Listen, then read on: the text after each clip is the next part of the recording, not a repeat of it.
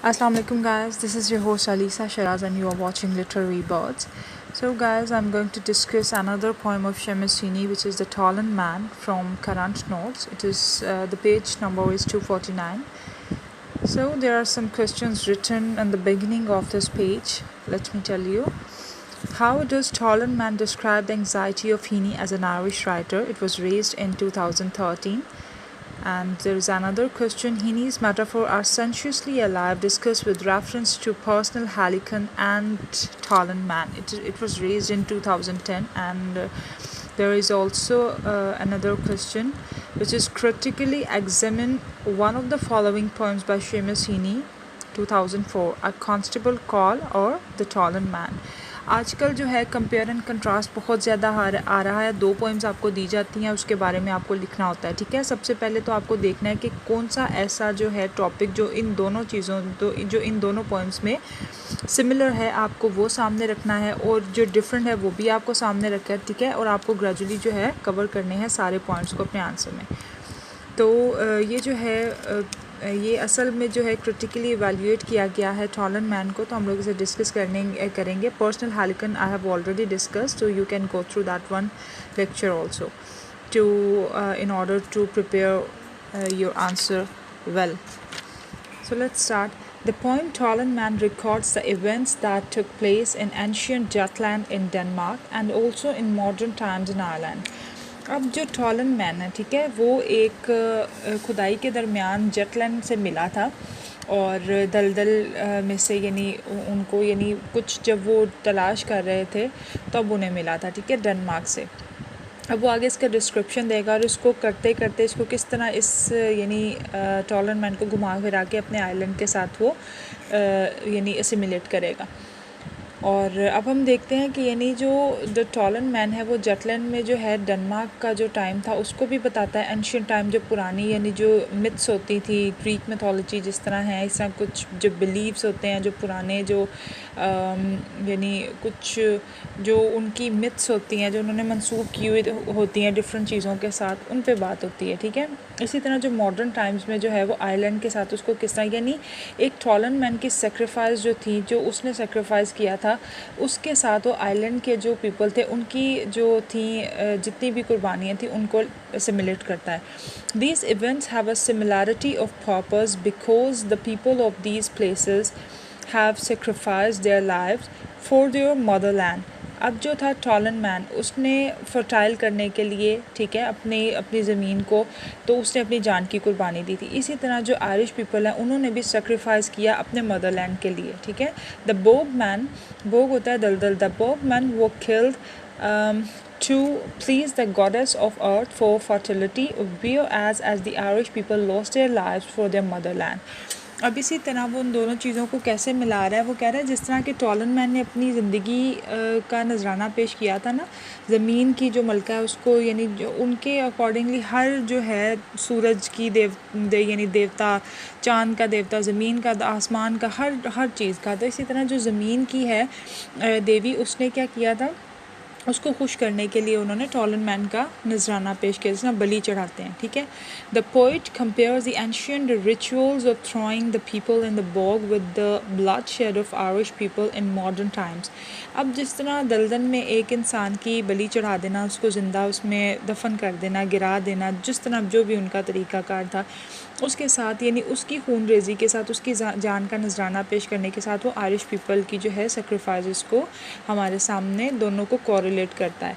The ancient man sacrifice to please the goddess of fertility. The situation is same in modern times now. Sacrifices are laid at the altar of politics. अब जो है politics की कुर्बानगाह, जो यानी alter कहते हैं कुर्बानगाह, जिस तरह उसने टॉलंड मैन ने एक बॉग में अपने आप को यानी दफन करवाया उसके लिए, फर्टाइल करने के लिए ज़मीन को, उसी तरह जो आयरिश पीपल हैं वो पॉलिटिक्स की भेंट चढ़ जाते हैं। ठीक है, कुछ लोग जो होते हैं कैथोलिक, सम आर प्रोटेस्टेंट, तो मेजॉरिटी और माइनॉरिटी के बीच का जो तज़ाद है और जो कशमकश है, उसके बीच में जो लोगों की जानें जो चली जाती हैं, जो सोल्जर्स हैं, जो नहत्ते, जो बेचारे नहीं चाहते कि वो अपनी ज़िंदगी से हाथ धों, उनको भी अपनी ज़िंदगी से हाथ धोना पड़ता है सिर्फ इसी सियासत के पीछे। Innocent people are dying in both the cases, but the poet is optimistic. He hopes that as the sacrifice of ancient man brought fertility to Jutland, the blood of the Irish people will not go waste. अब जो poet है वो बहुत ज़्यादा optimistic है, बहुत ज़्यादा उम्मीद यानी उसको बहुत ज़्यादा उम्मीद है कि जिस तरह एक ये जो एंशियंट था, ये जो टॉलन मैन था, इसकी जिस तरह कुर्बानी रायगा नहीं गई, इसी तरह आयरिश पीपल की भी जो कुर्बानी है, जो उनका सेक्रीफाइस है, जो उन्होंने अपने ये जो बेचारे जो मरे थे, जो जिनका ब्लड शेड किया गया था, उनकी भी जो है वो रायगा नहीं जाएगी और कोई ना कोई सोल्यूशन जो है उनको ज़रूर मिलेगा, उनको फ्रीडम मिलेगा और वो 1922 में मिला भी. It will win freedom from foreign oppressor and it will be also give them a new prosperous life. Definitely अब उसको ये है कि जो भी उन्होंने कुर्बानियाँ दी हैं वो ज़रूर रंग लाएंगी और उनका जो है, जो उनके ऊपर डोमिनेंट पावर्स हैं, जो फॉरेन ट्रॉप्स हैं, वो यानी जो मार्च कर रही हैं, जो गर्दिश कर रही हैं उनकी जगह पे और जो अनफेयर तरीके से ऑक्यूपाइड करने की कोशिश कर रही हैं वहाँ, तो वो ख़त्म हो जाएंगी और ज़रूर एक प्रॉस्पेरिटी जो है वो प्रॉस्पेरियस लाइफ जो है वो प्रैक्टिस में आएगी आयरलैंड के लिए. Through this poem Heaney shows that आगे कहता है, through this poem Heaney shows that in every age the innocent people have been fallen a prey to power, religion और पॉलिटिक्स. अब प्रे कहते हैं, ये actually this is the word prey. Okay, prey का मतलब होता है जानवर, यानी खूनख्वार किस्म के जानवर. अब वो इस पोएम के ज़रिए जो हीनी मैसेज देना चाहता है वो ये दिखा रहा है कि जो इनोसेंट पीपल होते हैं, ठीक है, जो बेचारे जिन्हें यूज़ किया जाता है बड़ी आसानी के साथ, वो एक जो पावर जो यानी पॉलिटिकल पावर्स जो होती हैं और जो रिलीजियस तरीके से, जो गलत तरीके से जो रिलीजन को इस्तेमाल करके और उसके पावर के ज़रिए उन लोगों का इस्तेमाल किया जाता है. यहाँ वो किसकी बात कर रहा है? यहाँ वो आयरिश पीपल की बात कर रहा है जिनके ऊपर अमेरिकन फोर्सेस जो थी वो डोमिनेंट आ गई थी और जो अमेरिकन के जो इन्वेजन थे वो हो रहे थे, यानी वो प्रैक्टिस में थे, ठीक है, और यानी काफ़ी जो जुल्म सितम किया जा रहा था, फजूल में लोगों के साथ जो था ब्रूटलिटी को प्रैक्टिस में लाया जा रहा था, उस पर ये बात हो रही है जो 1944 में उनके ऊपर हावी किए गए थे. अच्छा जी, आगे अब हम देखते हैं. Heaney makes use of event of history to highlight the atrocities of the Irish people. Atrocities mean cruelty, brutality, जुल्म सितम, ये है, ठीक है. The poet intends to visit a museum. अच्छा, ये मैंने आपको लाइन का बताना था कि जो उसने हिस्टोरिकल बैकग्राउंड जो है वो भी इसके साथ यानी बताया. उसमें जिस तरह के पुराने यानी पीछे बैकग्राउंड में अगर चले जाएं, हिस्ट्री को देखें, तो उसमें उसने बताया कि एक टॉलन मैन जो है उसने भी अपनी ज़िंदगी का नजराना पेश किया था, जिस तरह के आयरिश जो हैं, जो आइलैंड के पीपल हैं, आयरिश पीपल जो हैं वो अपना नजराना पेश कर रहे हैं. The poet intends to visit a museum near Aarhus, a place in Jutland, where he sees the preserved dead body of the Tollund Man who sacrificed his life for the goddess of fertility.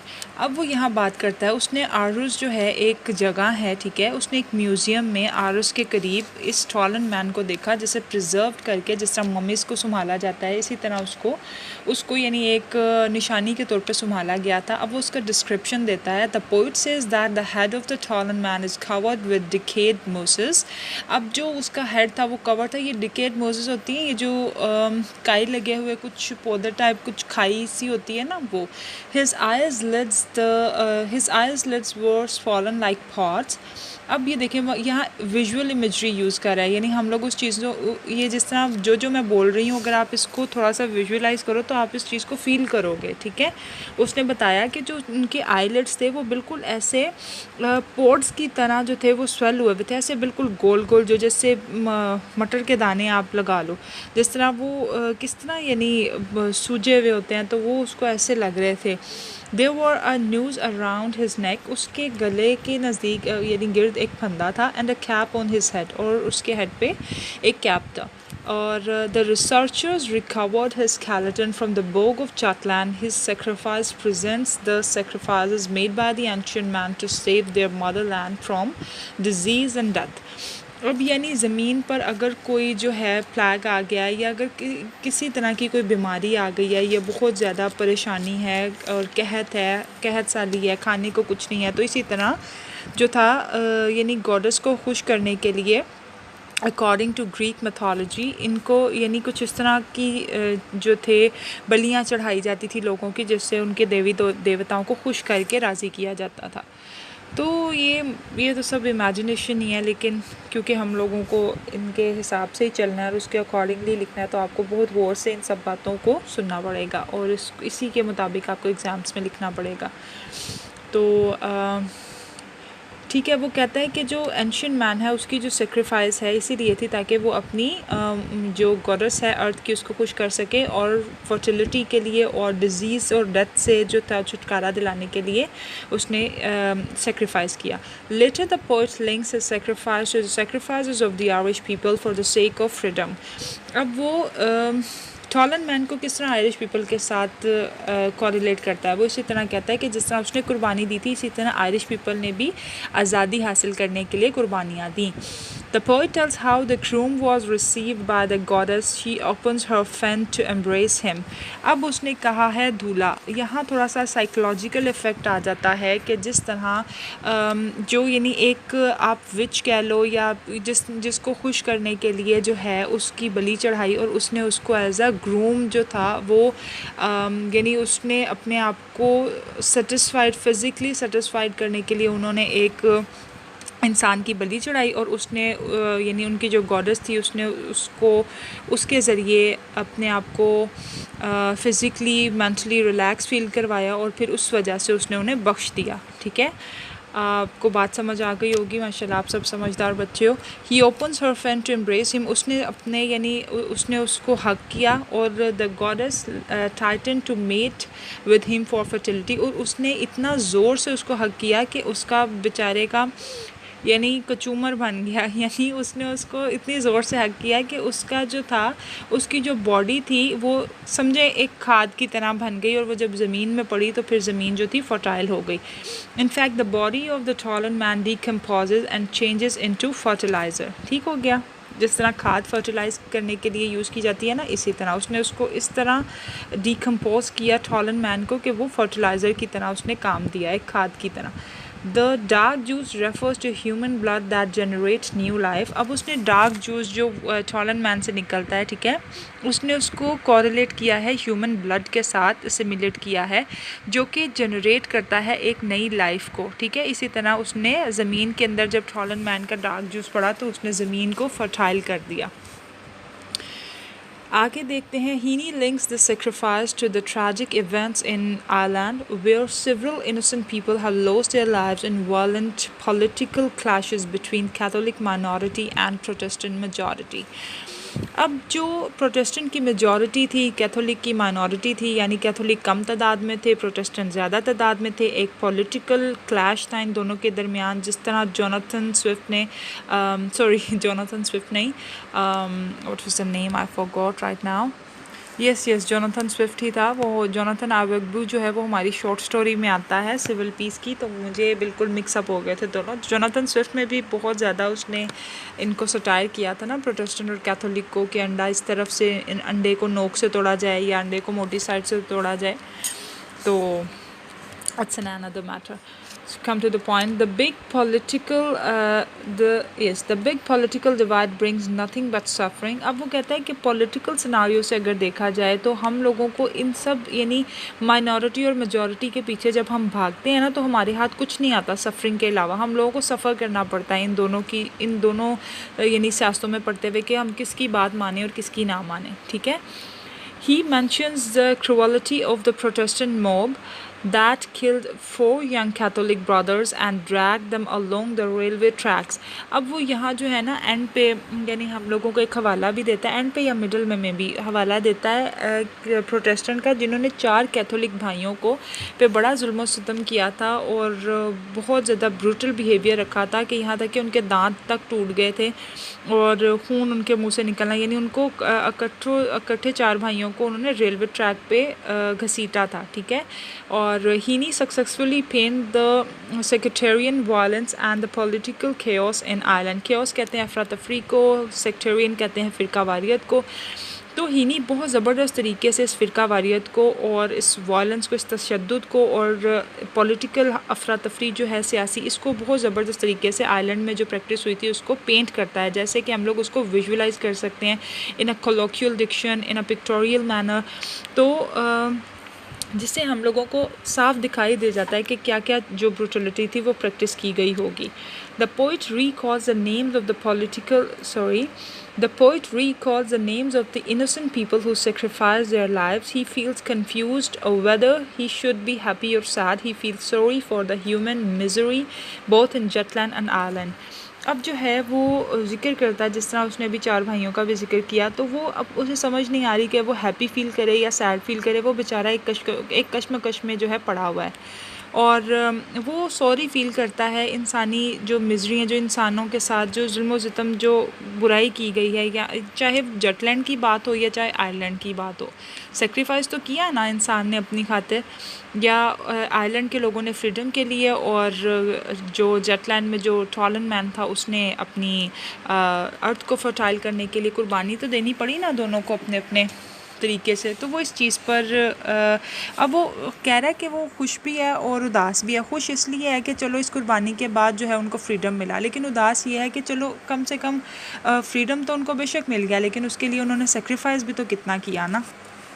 तो यानी उसकी जो expression है वो blended है, वो बिल्कुल यानी समझ नहीं आ रही कि वो हैप्पी है या सैड है।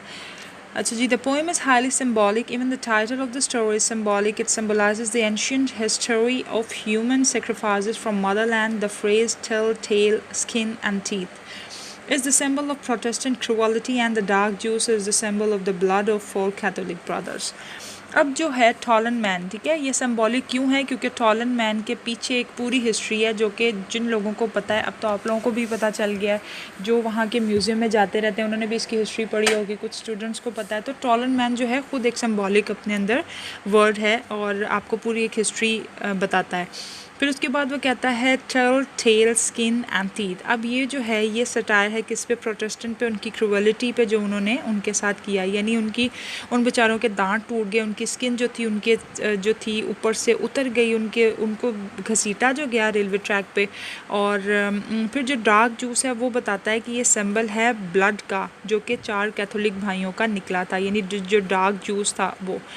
The poem is rich in visual imagery. Example: mild pour of sidelets, pointed cap, winter seeds caked in his stomach, stained face and cauldron bog etc. यानी ये जितनी भी चीज़ें हैं मैंने अभी पहले भी आपको बता चुकी हूँ। तो जब इन्हें आप विजुलाइज़ करते हो, जैसे पॉइंटेड कैप है, आपके जहन में फ़ौरन आ जाएगा एक कैप जिसकी चोंचनुमा शक्ल है। फिर mild pores of the eyelids, यानी ऐसे गोल गोल आंखें, बड़ी ऐसे जैसे अभी ताज़ा ही हो, जैसे अभी ज़िंदा ही हो, अभी अभी मरा हो, ठीक है। जो seed caked in his stomach, जैसे पके हुए, केक्ड का मतलब जैसे केक होता है ना, इस तरह बेक होता है, इसी तरह पके हुए जो विंटर सीड्स थे वो। ये सारी चीज़ें जो है विजुअल इमेजरी को बहुत ज़बरदस्त तरीके से आपके सामने यानी बिल्कुल विजुअलाइज कर लेते हो आप। The poet has also use gustatory imagery. Gustatory imagery क्या होता है? सेंस ऑफ टेस्ट से, यानी आपको कुछ इस तरह के वर्ड यूज़ किए जाए जिससे आपको उनका टेस्ट आना, यानी आप उनका टेस्ट फील कर सको। जिस तरह अचानक से आपके सामने अब कोई बिरयानी का नाम ले तो आपको एकदम से आएगा ना बिरयानी वाला टेस्ट, या पुलाव का नाम ले तो आपको पुलाव वाला टेस्ट आएगा। इसी तरह जो आपकी सेंस ऑर्गन जो यानी टेस्ट बर्ड्स हैं वो आपके डेवलप हो जाएं, एकदम से आपको पता लग जाए कि ये तो किसी टेस्ट के बारे में बात हो रही है, जैसे सॉल्टी और स्वीट थिंग्स के बारे में अगर बात हो तो, ठीक है। When he explains about the winter seeds in the stomach of the Tollund Man, the language of the people is the language of the poem is very simple and colloquial. Colloquial का मतलब होता है सादा और बड़े यानी बातों वाले अंदाज में, कोई मुश्किल जो है वर्ड ना यूज़ किए गए, आसानी से आपको समझ आ जाए। The poet has used many compound words. Compound words आपको पता है कि यानी दो जो हैं वर्ड्स जब उन्हें आप मिलाओ तो कंपाउंड वर्ड बनता है, जैसे सनफ्लावर, ठीक है। इसी तरह वो पोइट कह रहा है brown head, mild ports, eyelids, dark juices, honeycomb and winter seeds etcetera. The poet has also used the technique of making plurals. Example: mild pots, eyelids, winter seeds. S जो है वो इन सब के and पे है, dark juices, turf cutters, Honey combed. workings, etc. The poem has no rhyme scheme. It is divided into three parts. First part describes the story of Tollund Man. Second part explains about the critical condition in Ireland, and the final part shows Heaney's sympathy for both. Alhamdulillah, we have covered this one also. Inshallah, in next video I'll try to cover casting and gathering, and one will be left, which is the constable calls. Inshallah, I'll gradually cover both poems very soon. Thank you for watching, guys. Don't forget to like, share and subscribe my channel in order to get more interesting videos.